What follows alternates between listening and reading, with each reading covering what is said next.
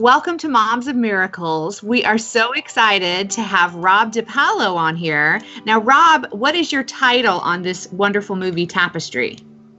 Okay, I wore a couple of hats. I was the co-screenwriter. I wrote the movie along with a gentleman by the name of Ken Kushner, who also directed the film. And I was also one of a group of producers. I was myself and two other individuals are probably the only ones that were there from the start of this for about 5 years.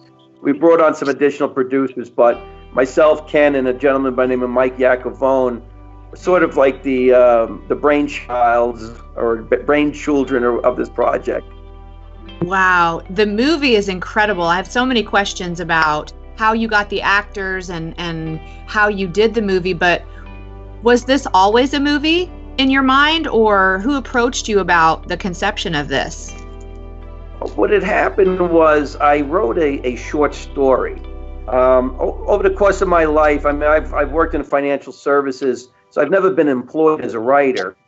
When I was in college, I wanted to be a journalist, and then I got out of school, and there wasn't jobs and all that kind of thing. So I always wrote short stories. I wrote this particular story that was really based on things that were happening in my life around 2011 in that area. It was formed as a 25-page short story. It was very closely mirrored things that were going on in my own life. A little bit of fiction thrown in, but for the most part, it was almost like autobiographical. That God is really orchestrating his life and planting things in his world to help him.